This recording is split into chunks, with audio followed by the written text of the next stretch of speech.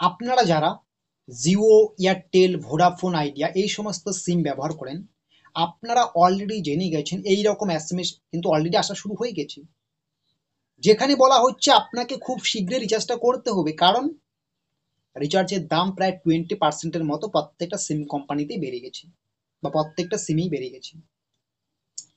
আপনি যেই সিমের সাথেই যুক্ত থাকুন না কেন, কোনো জায়গায় আপনি রেহাই পাবেন না, সমস্ত জায়গায় দাম বেড়ে যাচ্ছে। ওয়েলকাম টু বাংলার খবর অফিসিয়াল ইউটিউব চ্যানেল।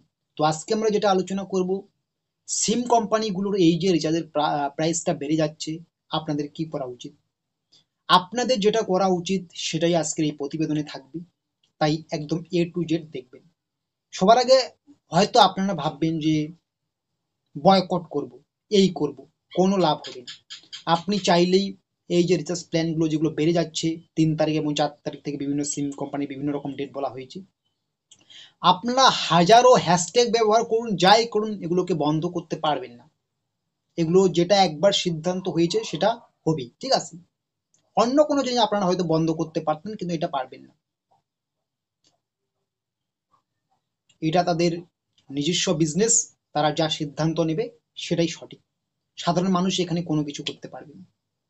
তাই আপনাদের এই মুহূর্তে কোনো কিছুই করার নেই, তবে একটা জিনিস করার আছে, সেটা হচ্ছে একটু বুদ্ধি খাটিয়ে হয়তো আপনারা এখান থেকে লং টাইমের রেহাই পাবেন না, তবে কয়েক মাস বা 1 বছরের জন্য আপনারা কিন্তু একটা রেহাই পেতে পারেন, বা 1 বছর বা 6 মাস বা 3 মাসের মতো কিন্তু আপনার আর্থিকভাবে যে টাকাটা রিচার্জের পিছনে যাচ্ছে সেটা একটু কম যেতে পারে।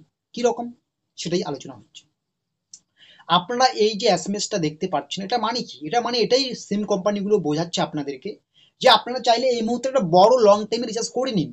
কারণ পরবর্তীতে রিচার্জের প্ল্যানটা অনেকটাই বেড়ে যাচ্ছে, প্রায় 20%-এর মতো। তো অনেকটাই টাকা লেগে যাচ্ছে, 20% টাকা বেশি দিতে হচ্ছে প্রত্যেকটা রিচার্জে। তো তাই আপনাদের আমিও বলবো যে আপনারা পারলে 1 বছরের একটা রিচার্জ করে নিন, যেটা ওল্ড প্ল্যান। বর্তমানে যে প্ল্যানগুলো চলছে, এই প্ল্যানে 1 বছরের একটা রিচার্জ করে নিন। তাহলে আপনাকে আর 1 বছর নতুন করে রিচার্জ করতে হবে না নতুন প্ল্যানে। তাহলে 1 বছরের নতুন প্ল্যানে 20% করে ধরে নাও, টাকাটা আপনাদেরকে যেটা দিতে হতো বেশি সেটা দিতে হচ্ছে না। হ্যাঁ, অবশ্যই 1 বছরের পরে তো দিতেই হবে, সেটা পরের পরের কথা, তবে 1 বছরের জন্য আপনি রেহাই পাবেন। এখন কথা হচ্ছে 1 বছরে এতগুলো টাকা আমার কাছে নেই। তো আপনাদের কাছে 1 বছরে না থাকলেও আপনার মিনিমাম আপনারা 6 মাসের করার চেষ্টা করুন। এখন যদি আপনারা বলেন যে 6 মাসের টাকাও আমার নেই, তো আপনাদের আমি এটা 100% বলছি, আপনার কাছে এই মুহূর্তে 3 মাসের রিচার্জ করার টাকাটা অবশ্যই আছে। যদি না থাকে, আমি এটাও আপনাকে আজকে বলছি, যেটা বলাটা আমার পক্ষে কখনই শোভা পায় না, এটা আমি এরকম কখনই বলতে পারি না, তবুও আমি বলছি, আপনি পারলে কোনো জায়গাতে টাকা ধার করে আনুন, বা আপনার বাড়িতে কোনো আহ, বিক্রি করার মতো থাকলে বা কোনো কিছু থাকলে সেটাকে বিক্রি করে আজকে 3 মাসের মিনিমাম রিচার্জটা করে নিন। কারণ প্রথম 3 মাস না হলে আপনাকে কিন্তু একটু মানে ভুগতে হবে, নতুন ভাবে মানিয়ে নিতে কিন্তু কষ্ট হবে।